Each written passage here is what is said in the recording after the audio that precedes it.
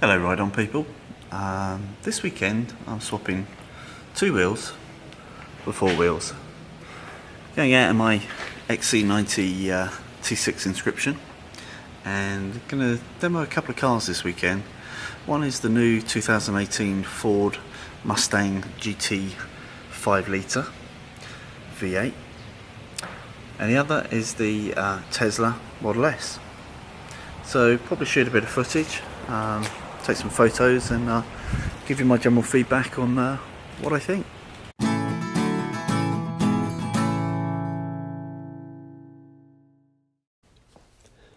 So what have Ford done to the 5 litre GT Mustang? Well, by adding dual fuel, high pressure direct injection and low pressure fuel port injection, Ford have managed to make this version of the 5 litre V8 Coyote churn out a very healthy 460 horses and 420 torques of enhanced pony power. The auto box, which Ford calls Select Shift, benefits from 10 speed ratios and paddle shifters to give the sporting driver personal control of the available drive.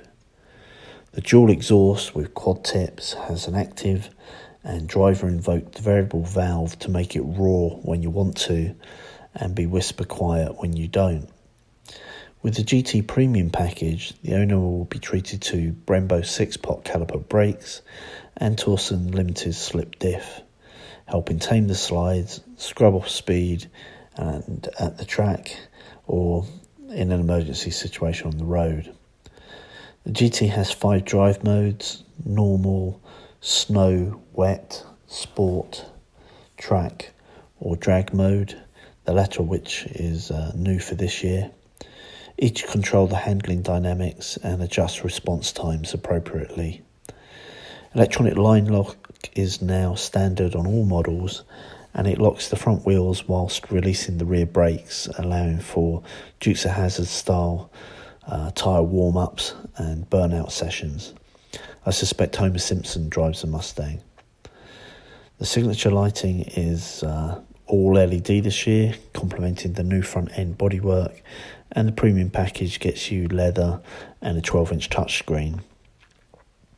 There's lots of wheel options this year, and 3 new colours are Kona Blue, Royal Crimson, and my personal pick, the Tri-Coat Orange Fury. Ford provide a personal mode to allow you to set your suspension and handling preferences, along with track apps to record G-forces and invoke launch control on the manual version.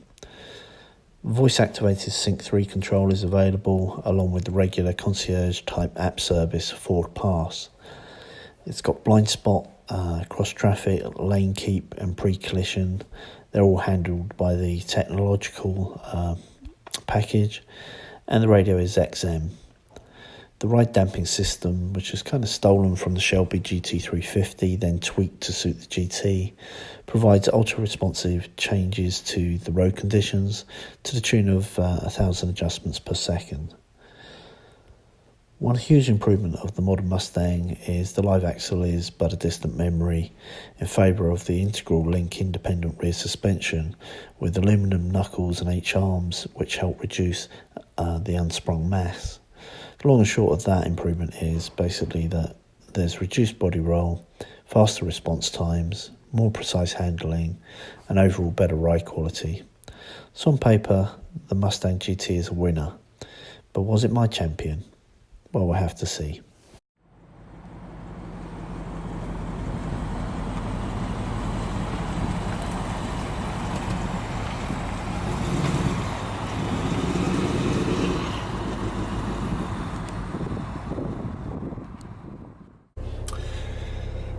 So I'm on my way home, having just driven the Ford Mustang GT, and I have to say, I don't know how I feel. I really don't know how I feel about it. It's let's start with some of the good bits. The seats were very, very comfortable. Standard seats, not the Recaro race seats. Firm, but with like really fluffy, puffy kind of pillowy cushioning. Really nice. It felt like you could actually do decent miles in it. And I'm 6'2", and it was actually quite roomy in there. I had plenty of headroom, I had plenty of leg room, and actually somebody with skinny legs could actually get in the back, sat behind me. And I had good kind of shoulder and arm room, and I'm quite a broad guy, and quite a heavy guy. So big guys can definitely drive Mustangs, no problem at all. Some of the interior was very nice, brushed aluminum, soft touch finishes on the doors, leather stitched dashboard, some really nice little touches above the rear view mirror, for instance. There's a little kind of printed sunscreen shade on the actual window itself. You know, nice little touches that other manufacturers don't always do, or it's just nice to see. It shows they've actually thought about it, that they care about it and stuff. What else was nice?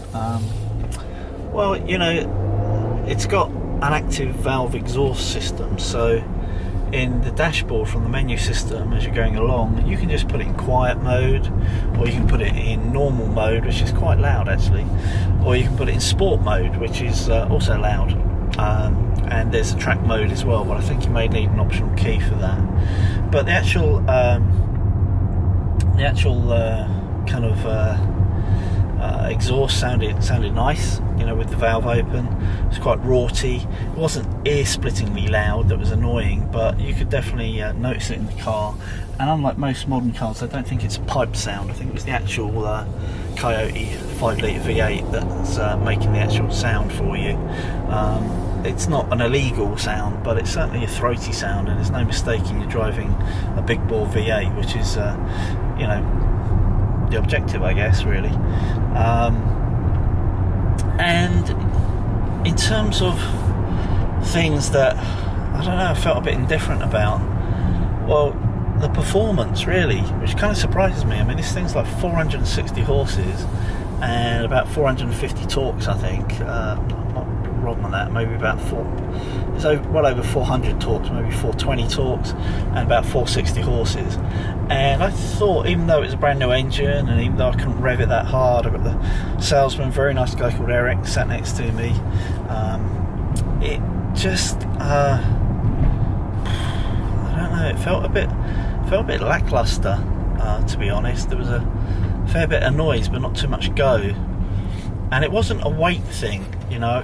When I've been in, like, say, my friend's got a Challenger, and that's big, powerful engine, makes a lot of noise, but the performance is slightly dulled by the fact that it's a very heavy vehicle, because it is a proper old school muscle car, which I totally get and understand. But this new Mustang is kind of trying to bridge the gap between, say, my old Porsche Cayman S, a lightweight proper sports car that has a great power to weight ratio to aid its performance, versus an old school muscle car, if you like the Challenger. This is kind of a halfway house. It's a sporty muscle car. It's not just made for the drag strip, so to speak. It's made to go around corners. Now they've you know, put a decent suspension system on it and stuff. Now this particular one, I have to say, didn't have the GT Performance Pack on it, which is a shame, because it didn't have the Magna suspension. I think that would really help in terms of the ride. The ride was very comfortable and great for commuting. If somebody just will never see a track day and actually values comfort, probably the standard suspension is more than enough. If I was to buy one, I would want the Performance Pack, because you get the Brembo 6 pods, and you know, I'd sooner have things that can improve the handling and stopping all day long over something that makes it go faster, so that was kind of interesting. Colours were pretty good. Paint quality's a bit average, it's a bit orange peely in places, but there's some nice colours there. They've got the white, Kona blue, the graphite grey looked great, I must say, and they had a gorgeous black one, jet black one, which you'll see some pictures in the video of that in the showroom itself, and that was kind of nice. My Porsche Cayman S was black, and everybody loved it when it was immaculate, but of course I spent hours and hours every weekend making it look lovely, because you just have to. They really show the scratches, and they only look good if it's absolutely immaculate, a bit like some white cars, like a bit like the white car I'm driving, actually. But other than that, it's a good car. I think in the spec of the one I was driving, it's about 52 grand, I think. And is it worth that? Probably. You know, when you look at what you could get from Infiniti or somebody else at that kind of comparable money, and I guess, you know, direct competitors going to be Chevrolet Camaro, and you're either going to be a Chevy man or a Ford man and all that. Being an English man, I'm not so torn by all that heritage of what my old man drove and all that, which was mainly Ford, actually, and Chrysler. Anyway, I don't know, it was interesting. I'm going to be driving some other things like the Tesla S, and you know, I'm kind of looking at other potential cars that might take my fancy if I change my car soon, or I may just stick with the car I've got, which is an incredibly comfortable Volvo XC90 T6 inscription all-wheel drive, and it has the most beautiful interior, which you can probably see there. It's quite stunning, and it rides very nicely, has fantastic TFT screens and big touch screens everywhere, and it's a really nice car to drive. The only problem is I've had a lot of problems with interior rattles and squeaks, which you probably can't tell from this video because they don't tend to come out on videos for some particularly annoying reason. And the dealership's been very good in looking at the car no less than 6 times, even having the Volvo rep come out and drive it with me. And you know, sod's law, almost every time you drive it with a mechanic, doesn't make the noises, but sure as eggs are eggs, when you get up in the morning, you want to go to work, it's rattling away like a you know what, and that's so annoying on a 70 grand car or whatever, that they market as their idea of luxury. My idea of luxury isn't a rattly car. I love the car otherwise, but these little things just get on your nerves after a while, don't they, and make you wonder whether the grass is any greener. I'm not sure the grass is greener, so I'm not sure I'll be changing my car, but it's fun to go try some of these new vehicles and you know, see whether you get overly excited about them or whether it was just a fun experience. Anyway, that's it for this video. Take care, subscribe, thanks for watching, take care, ride safely, ride often, ride on.